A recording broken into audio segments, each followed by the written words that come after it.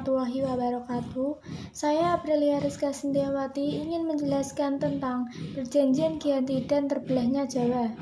Perjanjian Giyanti pada masa silam. Nama lain Giyanti adalah Janti atau Ianti dalam lafal Belanda dan Giyanti dalam ejaan Belanda. Sekarang di tempat itu dikenal sebagai Duku Kerton Setiharjo, Karanganyar, Jawa Tengah. Perjanjian Giyanti ditandatangani pada 13 Februari 1755. Akibat dari perjanjian tersebut, Mataram terbagi menjadi dua. Wilayah kekuasaan dinasti Mataram yang pada awalnya dimiliki Kasunanan Surakarta harus diberikan kepada Pangeran Mangkubumi sebanyak setengahnya, sehingga menjadi cikal bakal lahirnya Kesultanan Yogyakarta. Pembagian kekuasaan terbesar di Jawa ini telah membawa kesedihan tersendiri bagi rakyat Jawa. Sementara Belanda mendapat keuntungan dari perjanjian tersebut dan kekuasaan semakin kuat untuk digunakan di tanah Jawa. Bisa dikatakan bahwa setelah perjanjian ditandatangani, maka Jawa sepenuhnya jatuh ke bawah kekuasaan VOC dan berlangsung hampir selama 2 abad kemudian. Dengan kata lain, perjanjian ini sebagaimana taktik Belanda untuk memecah belah bangsa Indonesia. Awal perjanjian Giyanti adalah pertikaian antara anggota keluarga istana di Kasunanan Surakarta, yaitu para pewaris kekuasaan Mataram. 3 tokoh utama yang terlibat yaitu Pangeran Mangkubumi, Susuhunan Pakubuwono II, serta Raden Mas Said. Pakubuwono II adalah kakak dari Pangeran Mangkubumi. Keduanya adalah putra Amangkurat VI, Raja Mataram dari tahun 1719 sampai 1726. Sedangkan Raden Mas Said adalah cucu Amangkurat VI atau keponakan dari keduanya. Raden Mas Said mengklaim haknya atas tahta Mataram yang dikuasai Pakubuwono II karena ayahnya yaitu Pangeran Arya Mangkunegara adalah putra sulung Amangkurat VI dan seharusnya menjadi Raja Mataram sebagai penerus dari Amangkurat VI. Tetapi karena ia kerap menentang kebijakan VOC, maka ia diasingkan ke Sri Lanka sampai meninggal. VOC kemudian mengangkat putra Amangkurat lainnya yaitu Pangeran Prabu Suyasa sebagai penguasa dari Mataram selanjutnya. Prabu Suyasa kemudian digelari Pakubuwono II 1745 sampai 1749. Pemindahan letak Istana Kartasura ke Surakarta itu berdiri sejak Kerajaan Mataram. Berdasarkan hal ini, Raden Mas Said memberontak terhadap VOC untuk membalas dendam ayahnya sekaligus menuntut haknya sebagai pewaris Mataram. Tetapi rupanya bukan hanya Raden Mas Said yang merasa berhak atas tahta.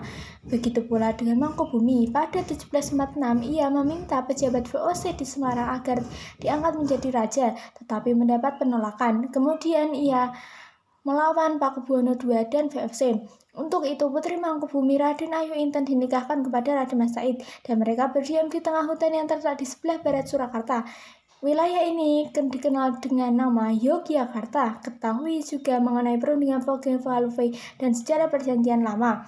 Mereka memberontak dengan cara bergerilya dan membuat Kasunanan Surakarta kewalahan. Hingga Pakubuwono sakit parah, Mangkubumi memanfaatkan informasi ini. Pada tanggal 11 Desember 1749, ditetapkan Raja Mataram oleh Pakungutnya dengan keluarga Pakubuwono III. Ketika Pakubuwono II meninggal pada 20 Desember 1749, sebelumnya ia dipaksa untuk menandatangani perjanjian kewenangan pada VOC untuk mengangkat raja baru penggantinya.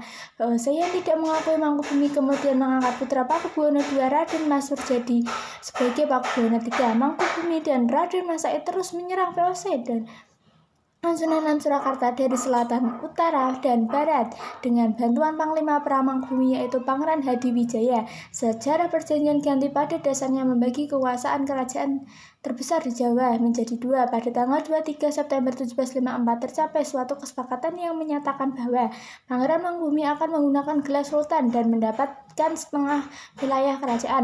Terjadinya sejarah perjanjian Giyanti tidak mengakhiri konflik karena dalam perjanjian tersebut kelompok Raden Mas Said tidak ikut sertakan. Informasi mengenai penyebabnya kurang jelas, namun kurang lebih sepertinya disebabkan oleh karena perselisihan mengenai tahta dan Mangkubumi.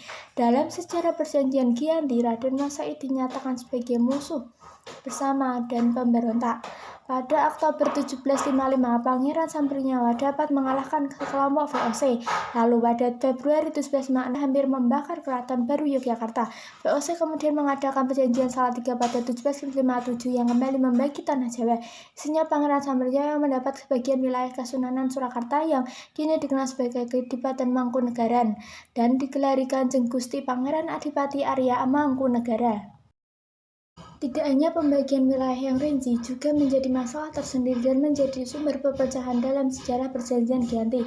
Pembagian wilayah yang acak kemungkinan dilakukan secara sengaja bertujuan untuk menimbulkan konflik selanjutnya, karena banyak wilayah yang tumpang tindih antara satu kerajaan dan lainnya.